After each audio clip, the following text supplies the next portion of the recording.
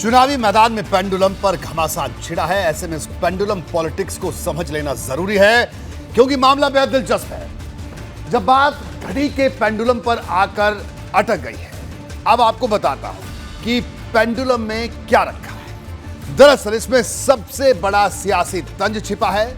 अखिलेश के बाद भाजपा का निशाना नंबर 2 बने शिवपाल।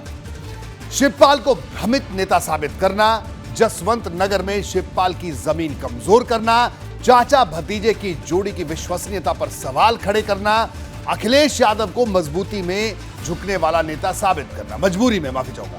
भाजपा के हमले से साफ है उसकी तरफ झुकाव रखते थे शिवपाल।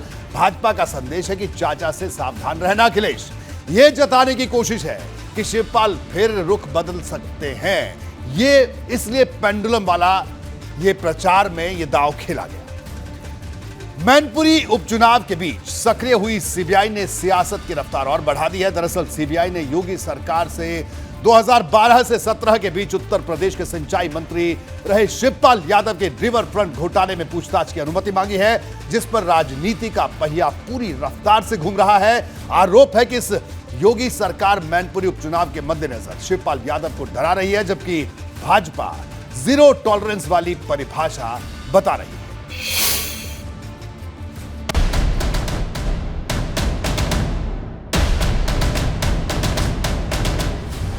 अखिलेश और शिवपाल यादव के एकजुट होने के ठीक बाद जब सीबीआई ने गोमती रिवर फ्रंट घोटाले में शिवपाल यादव समेत कुछ अफसरों के खिलाफ जांच की इजाजत मांगी, तो चर्चा का बाजार गर्म हो गया और इसके साथ ही सियासी पारा भी चढ़ गया। बुंदेलखंड एक्सप्रेस में भी जो लूट हुई है उसकी सीबीआई ईडी कब करोगे? हमारी सीबीआई ईडी कर लो, हमें कोई आपत्ति नहीं है, लेकिन चुनाव के समय पर आप सिक्योरिटी हटा दें चाचा की, आप उनके ईडी और सीबीआई से डरा दें। हम कैबिनेट के लोग सब तैयार हैं ईडी और सीबीआई को फेस करने के लिए। गोमती रिवर फ्रंट घोटाले की जांच की शुरुआत सीबीआई ने 2017 में ही शुरू कर दी थी, लेकिन पूर्व सिंचाई मंत्री शिवपाल यादव से पूछताछ की इजाजत मांगने की अब की टाइमिंग पर सपा सवाल खड़े कर रही है। वहीं शिवपाल कह रहे हैं कि सब कुछ नियमों के मुताबिक किया, मैंने कुछ भी गलत नहीं किया।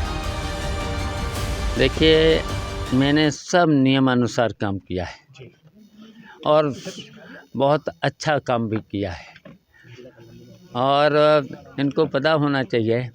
हैं, हम लोग पॉलिसी बनाते हैं और पॉलिसी बना करके अधिकारी, जितने बड़े सीनियर अधिकारी किसी प्रोजेक्ट को फाइनेंशियल रिपोर्ट लगाते हैं, एफसी होती है, उसमें कम से कम 10 बड़े सीनियर बैठते हैं, उसमें चीफ सेक्रेटरी से लेकर सब।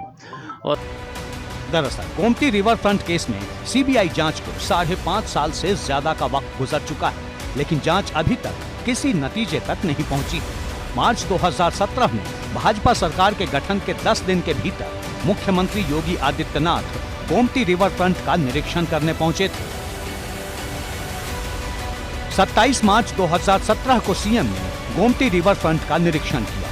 रिटायर्ड जस्टिस आलोक सिंह की अध्यक्षता में समिति गठित की। समिति ने 16 मई 2017 को अपनी रिपोर्ट शासन को सौंपी। रिपोर्ट में रिवर फ्रंट के निर्माण में घोटाले की बात सामने आई। 19 जून 2017 को कैबिनेट मंत्री सुरेश खन्ना ने एफआईआर दर्ज करवाई। 20 जुलाई 2017 को योगी सरकार ने सीबीआई जांच की सिफारिश की। 30 नवंबर 2017 को सीबीआई ने केस की जांच शुरू कर दी। तब से लेकर अब तक सीबीआई रिवर फ्रंट से जुड़े 16 से ज्यादा इंजीनियरों और 189 फर्मों पर छापे मार चुकी है। अब जांच की आंच 2012 से 2017 के बीच उत्तर प्रदेश के सिंचाई मंत्री रहे शिवपाल यादव तक पहुंच गई। सीबीआई के एक्शन को सीधे तौर पर मैनपुरी उपचुनाव से जोड़कर देखा जा रहा है। जो रिवर फ्रंट है, रिवर फ्रंट समाजवादी सरकार में और कैबिनेट से एक फैसला हुआ है। कैबिनेट का एक फैसला रिवर फ्रंट के लिए लिया गया है, और अगर कैबिनेट के फैसले को सीबीआई, ईडी और सरकार नहीं मानेगी तो ये याद रखें भारतीय जनता पार्टी के लोग, दिन किसी के एक जैसे नहीं रहते हैं। आपकी भी जांचें होंगी, आपके लोग भी फंसेंगे। एक दिन पहले ही शिवपाल यादव की सुरक्षा घटाई गई थी। अब रिवर फ्रंट घोटाले में सीबीआई की सक्रियता ने सियासत का पारा चढ़ा दिया है। आरोप प्रत्यारोप की राजनीति रफ्तार पकड़ रही है। ना कहीं उनको डर है, एक बदहवासी सी है भारतीय जनता पार्टी के अंदर इस चुनाव को लेके। पहले तो उन्हें लगा था कहीं ना कहीं चुनाव जीतेंगे, लेकिन जिस तरीके से समाजवादी पार्टी के राष्ट्रीय अध्यक्ष आदरणीय अखिलेश यादव जी और माननीय शिवपाल सिंह यादव जी का एक साथ इस प्रचार में आना हुआ है, तो उससे जो जोश है लोगों में, उत्साह है जितने भी वोटरों में, उसको देखते हुए मुझे लगता है ये भारतीय जनता पार्टी अपने जितने भी हथकंडे हैं सरकार द्वारा उसको अपनाएगी, उसका उपयोग करेगी। और हम लोग किसी भी प्रकार के भ्रष्टाचार के खिलाफ हैं और वो हमारे संकल्प पत्रों में, घोषणा पत्रों में है कि हम लोग भ्रष्टाचार को समाप्त करने के लिए संकल्पित हैं। जहाँ तक सीबीआई का विषय है, सीबीआई की प्रक्रिया एक निरंतर चलने वाली प्रक्रिया है और निश्चित रूप से जो भी दोषी होगा हम दोषी के साथ नहीं है जी। सब लोग जानते हैं कि इन लोगों की आर्थिक स्थिति क्या होती थी और आज किस स्थिति में जमीन जायदाद के मामले में, तो इससे अपना अंदाज लगा लो। लेकिन आज सीबीआई कोई शिकंजा नहीं कस रही है।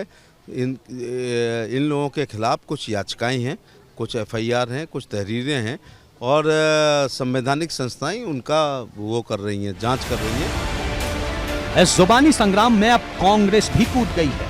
कांग्रेस सांसद प्रमोद तिवारी का आरोप है कि जो भाजपा के साथ नहीं, भाजपा सरकार उसे परेशान कर रही है। जैसे ही शिवपाल यादव जी ने वो कदम उठाया जो पार्टी के हित में था, अपनी बहू के लिए, डिम्पल जी के लिए वो चुनाव प्रचार में निकले और खुलकर उन्होंने प्रचार किया और बोले, तो दो चीजें हो गई। सीबीआई की जांच में तेजी ला दी गई और उनकी सिक्योरिटी जेट से घटाकर वाई कर दी। बता दें कि सपा सरकार ने गोमती रिवर फ्रंट परियोजना के लिए 2014-15 में 1513 करोड़ रुपए स्वीकृत किए गए थे। आरोप है कि इसके बाद भी काम पूरा नहीं हुआ। अधिकारियों ने अयोग्य फर्मों से मिली भगत कर धनराशि का बंदरबांट किया। ये भी आरोप है कि परियोजना के लिए कई अधिकारियों को अतिरिक्त चार्ज भी दिया गया था, जिसकी जांच अब सीबीआई कर रही है। एबीपी गंगा के लिए ब्यूरो रिपोर्ट। एबीपी गंगा के लिए ब्यूरो रिपोर्ट। अखिलेश यादव ने आज मैनपुरी के मैदान में पूर्व प्रधानमंत्री अटल बिहारी वाजपेयी को याद किया। इसकी खास वजह थी। जी हां, एक तरफ भाजपा नेताजी यानी मुलायम सिंह यादव को याद कर रही है, उनका आशीर्वाद अपने साथ होने की बात कर रही है, तो अखिलेश कह रहे हैं कि अटल जी के नाम से बड़ी योजनाएं तो उनकी सरकार के दौरान पूरी हुई। इसके लिए उन्होंने लखनऊ के स्टेडियम और लोक भवन तक की दुहाई दे डाली। दरअसल अखिलेश के इस बयान के पीछे मैनपुरी के ब्राह्मण वोटरों को अपने पाले में एकजुट करने की कोशिश भी है।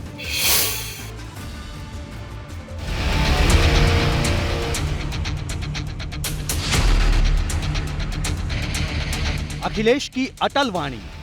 जो अंतरराष्ट्रीय हम लोगों ने स्टेडियम बनाया, जिसका नाम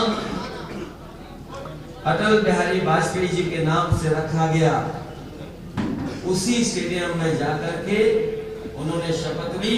वो जो स्टेडियम बना है वो भी समाजवादियों का बनवाया हुआ है, उसी का नाम बनवाया भारतीय जनता पार्टी। मैनपुरी में अखिलेश को आई वाजपेयी की याद। सबसे प्रतिष्ठित जगह है, सबसे महत्वपूर्ण जगह है। हम लोगों ने किसी की प्रतिमा नहीं लगाई, लेकिन भारतीय जनता पार्टी को क्योंकि सम्मान देना था, तो आप जानते होंगे लोक भवन में और लोक भवन के सामने सबसे पहले किसकी प्रतिमा लगी? पूर्व प्रधानमंत्री अटल बिहारी वाजपेयी जी की प्रतिमा। मैनपुरी में जिस भाजपा से अखिलेश यादव की अगुवाई में सपा आर पार की जंग लड़ रही है, उसी जमीन पर अखिलेश अगर बार बार अटल बिहारी वाजपेयी के नाम पर किए गए अपनी सरकार के कामकाज याद दिला रहे हैं, तो बात कुछ चौंकाती है। दरअसल अखिलेश की कोशिश ब्राह्मण वोटरों को सपा के पाले में एकजुट करने की है, इसलिए उन्होंने अटल बिहारी वाजपेयी का जिक्र बार बार किया। पूर्व प्रधानमंत्री अटल बिहारी वाजपेयी जी के नाम पर यूनिवर्सिटी चल रही है, वो समाजवादियों की बनी हुई लोहिया इंस्टीट्यूट के 9th फ्लोर पे चल रही है। भारतीय जनता पार्टी ने अभी तक उनकी यूनिवर्सिटी नहीं बना करके तैयार कर। बात सिर्फ यहीं तक नहीं रही।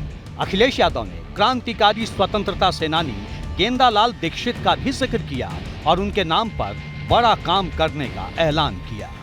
जिन्होंने कभी मैनपुरी का इतिहास पढ़ा होगा वो जानते होंगे कि पंडित गेंदालाल दीक्षित ने किस तरीके से उस समय क्रांतिकारियों को ट्रेनिंग दे करके जोड़ करके भारत की आजादी की लड़ाई लड़ने का काम किया। राम प्रसाद बिस्मिल और पंडित गेंदालाल दीक्षित दोनों मिलकर के यहाँ पे क्रांतिकारी आंदोलन चलाते थे और दिन रात ये सोचते थे कि भारत को आजादी कैसे मिले। ये बहुत बड़ा इतिहास मैनपुरी का है। अगर मैंने जाना इस का इतिहास तो वो नेताजी के कहने पर जाना। गेंदालाल दीक्षित देश के महान क्रांतिकारियों में एक रहे जिन्होंने मैनपुरी षड्यंत्र के जरिए अंग्रेजी हुकूमत को हिलाकर रख दिया था। अखिलेश यादव ने मैनपुरी के चुनावी महाभारत में प्रचार के दौरान खास तौर पर कृष्ण और सुदामा के संबंधों का जिक्र किया। इसका मतलब समझना मुश्किल नहीं। मैनपुरी के महाभारत में कृष्ण सुदामा का था। हजारों साल पुराना हमारा आपका रिश्ता है। कृष्ण और सुदामा का कब का रिश्ता है? और जब सुदामा मिलने गए कृष्ण से तो बताओ वो सिंहासन छोड़ के आ गए थे कि नहीं आ गए? तो कोई रिश्ता आज का नहीं है। संस्कृत विद्यालयों को जिंदा रखना, संस्कृत के गुरुओं को सम्मान देना और संस्कृत यूनिवर्सिटी को सबसे ज्यादा पैसे देने का काम जिससे हमारी संस्कृत बची रहे। अखिलेश यादव मैनपुरी में आशीर्वाद सम्मेलन में बोल रहे थे जहां ब्राह्मण समाज से आए लोग मौजूद थे। मंच पर अखिलेश के साथ सपा के विधानसभा में मुख्य सचेतक मनोज पांडे भी मौजूद थे। और इसी मैनपुरी की धरती से जिनका 40 साल का टूट पारिवारिक रिश्ता रहा वो हम सबके बीच में नहीं है। उन परिस्थितियों में आज मैनपुरी में चुनाव हो रहा है और चुनाव उनके घर की बहू आदरणीय डिम्पल जी लड़ रही हूँ। तो मैं समझता हूँ कि ये चुनाव राजनीति करने का चुनाव नहीं है। मैनपुरी की जनता के जो रिश्ते रहे आदरणीय नेताजी के साथ और नेताजी के जो भावनात्मक रिश्ते मैनपुरी के साथ रहे हैं उसका ये चुनाव है। मैनपुरी में यादव और शाक्य वोटरों के बाद सबसे ज्यादा तादाद ब्राह्मण मतदाताओं की है। यही वजह है कि अखिलेश यादव ने ब्राह्मण समाज के वोट बैंक को अपनी तरफ खींचने के लिए आखिरी दांव चल दिया है। एबीपी गंगा के लिए ब्यूरो रिपोर्ट।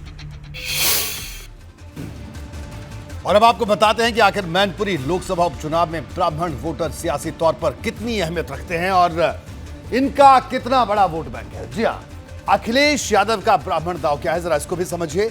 मैनपुरी में तीसरे नंबर पर ब्राह्मण मतदाताओं की आबादी है। यादव और शाक्य के बाद सबसे ज्यादा एक जाति के वोटर मैनपुरी में करीब 1,10,000 ब्राह्मण वोटर हैं। हर चुनाव में ब्राह्मण मतदाताओं के वोट बढ़ते रहे हैं। ब्राह्मण मतदाताओं के बीच भाजपा की मजबूत पैठ मानी जाती है।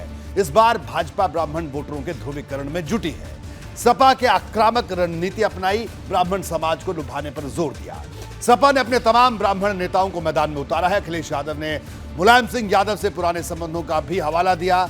कृष्ण और सुदामा के संबंधों का जिक्र कर इमोशनल कार्ड भी यहां पर चला है।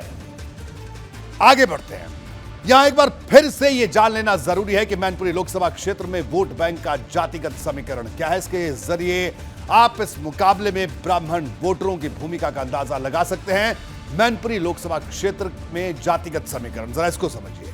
यादव 4,25,000, शाक्य 3,25,000, ब्राह्मण 1,10,000, सभी दलित जातियों के वोटर 1,20,000, लोधी 1 लाख, मुस्लिम 55,000। तो ये एक मोटा मोटा आंकड़ा बनता है और इसी आंकड़े को देखकर भारतीय जनता पार्टी हो चाहे समाजवादी पार्टी हो, दोनों पार्टियों ने अपनी अपनी रणनीति बनाई है।